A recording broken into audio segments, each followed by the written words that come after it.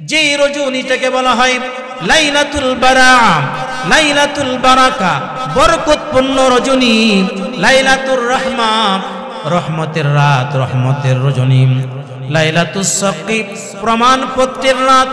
নবীজি বলেন এই রজনীটার বড় দাম, আল্লাহ পাক রব্বুল আলামিনের কাছে এই রাতের অনেক দাম রয়েছে।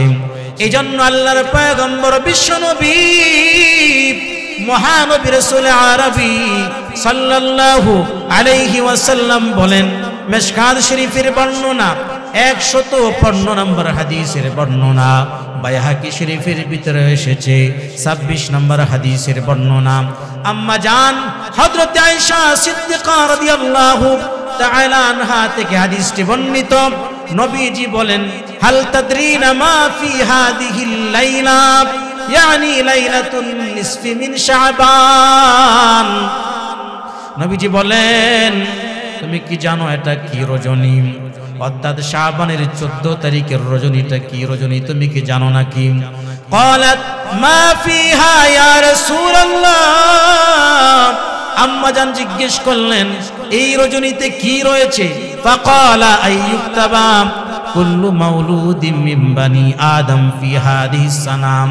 এই রজনীতে আল্লাহ পাক রব্বুল আলামিন লিপিবদ্ধ করে ফেলেন এই বছরে কারা দুনিয়াতে আগমন করবে, এই বছর কারা দুনিয়াতে আগমন করবেন আল্লাহ পাক এই রজনীতে লিপিবদ্ধ করে ফেলেন।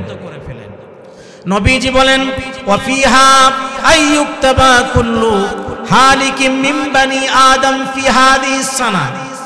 এই বছরে বনি আদমের কারা দুনিয়া থেকে বিদায় নিয়ে চলে যাবে আল্লাহ পাক রব্বুল আলামিন এই রজনীতে লিপিবদ্ধ করে ফেলেন।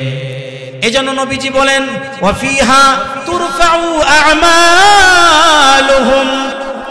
এই রজনীতেই বান্দা বান্দীদের আমলগুলো আল্লাহ পাক রব্বুল আলামিনের কাছে পেশ করা হয়। ওয়া ফিহা তানজিলু আরযাকুহুম।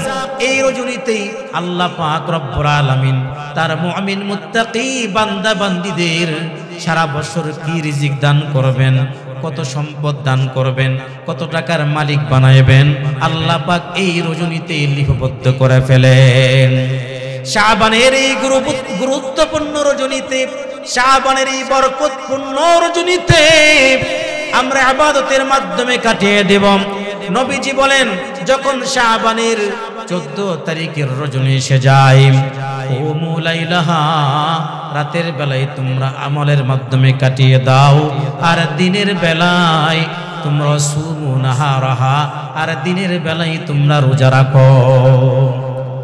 এই লাইলাতুন নিসফি মিন শাবান যখন এসে যায়, তখনই আমরা এই শাবানের গুরুত্ব দিব, এই রজনীর গুরুত্ব দিব। আল্লাহ পাক রব্বুল আলামিনের কাছে বেশি বেশি দোয়া করব। আমরা এই রজনীতে আল্লাহ পাক রব্বুল আলামিনের কাছে রিজিকের জন্য দোয়া করব, সম্মানের জন্য দোয়া করব। যাদের সন্তান নাই আল্লাহর কাছে সন্তানের জন্য দোয়া করব। যারা অভাবগ্রস্ত, অভাব অনটন যেন আল্লাহ দূর করে দেন, এই জন্য আল্লাহর কাছে দোয়া করব। কারণ আল্লাহ পাক রব্বুল আলামিন যেহেতু রিজিক কাকে কতটুকু দিবেন এই রজনীতে লিপিবদ্ধ করে ফেলেন।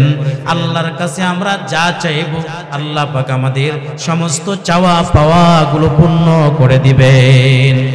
এই রজনীতে আমরা কোরআন তেলাওয়াত করব, জিকির আজকার করব, আল্লাহর কাছে উত্তম যে জিনিসগুলো সেগুলো আল্লাহর কাছে চাইব। এই রজনীতে আমরা সমস্ত আমলগুলো আমরা করব। এই রজনীতে ভালো ভালো আমলগুলো করব। অনেকেই প্রশ্ন করে, হুজুর এই রজনীতে আমরা যে সমস্ত আমলগুলো